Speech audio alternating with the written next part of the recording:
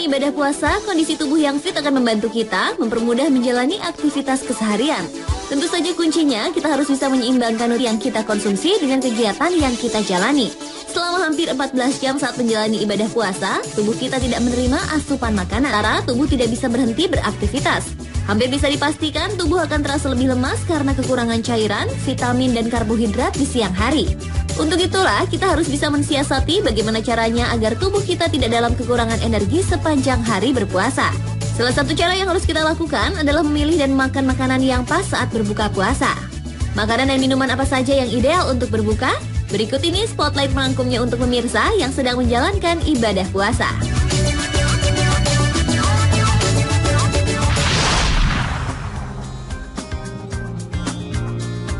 Makanan ideal pertama yakni makanan manis. Ketika berpuasa, lambung mengalami kekosongan. Di saat bersamaan, tubuh memerlukan tenaga dan kalori. Sehingga untuk memenuhi kebutuhan energi dan kalori, tubuh mengambilnya dari cadangan yang tersimpan dalam semua organ tubuh.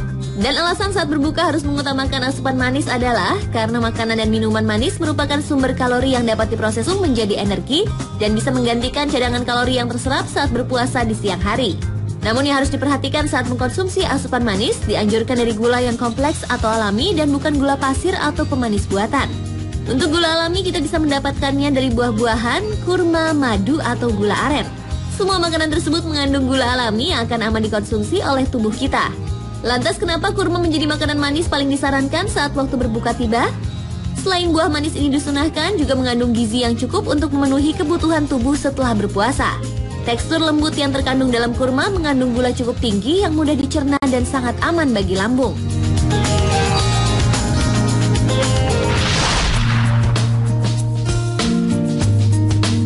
Makanan ideal selanjutnya saat berbuka yakni buah-buahan yang mengandung banyak air dan elektrolit. Setelah seharian tidak menerima asupan makanan, lambung rentan gangguan, dan buah-buahan yang mengandung gula, air yang banyak serta berserat tinggi bisa meminimalisir gangguan tersebut. Namun harus diperhatikan pula, buah tersebut lebih baik buah yang alami bukan yang telah diawetkan. Untuk buah mengandung banyak gula dan air bisa didapat dari melon atau semangka. Sedangkan buah yang mengandung serat tinggi bisa alpukat, mangga, dan pisang. Hanya saja untuk buah yang mengandung serat jangan terlalu banyak karena bersifat mengenyangkan perut. Sedangkan buah yang mengandung elektrolit yaitu kelapa. Air kelapa murni bisa mengganti cairan elektrolit yang dipergunakan tubuh untuk berkegiatan di siang hari. Kehilangan banyak elektrolit inilah yang bisa membuat tubuh menjadi lemas. Dengan air kelapa, rasa lemas setelah elektrolit habis terkuras bisa langsung terganti. Sebenarnya beberapa minuman kemasan yang mengandung elektrolit juga bisa menjadi alternatif. Hanya saja tidak boleh dikonsumsi terlalu banyak lantaran telah mengalami proses pengolahan sehingga tidak alami lagi.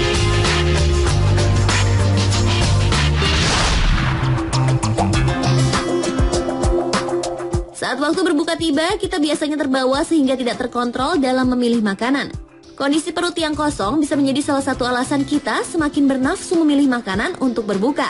Ujung-ujungnya melupakan makanan pembuka atau tajil dengan cemilan manis atau buah-buahan. Dan bahkan tidak sedikit yang memilih langsung menyantap makanan berat saat waktu buka tiba. Alasan untuk tidak langsung mengkonsumsi makanan berat yakni karena saat berpuasa lambung dalam kondisi kosong.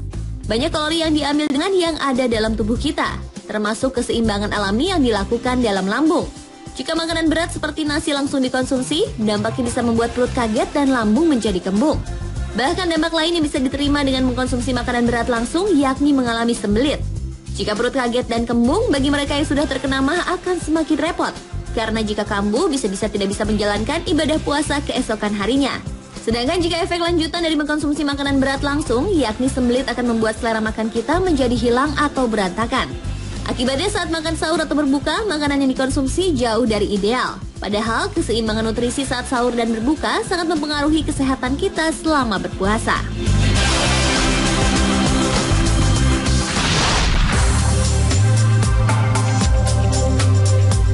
Makanan ideal saat memasuki buka puasa lainnya yakni menghindari makanan gorengan.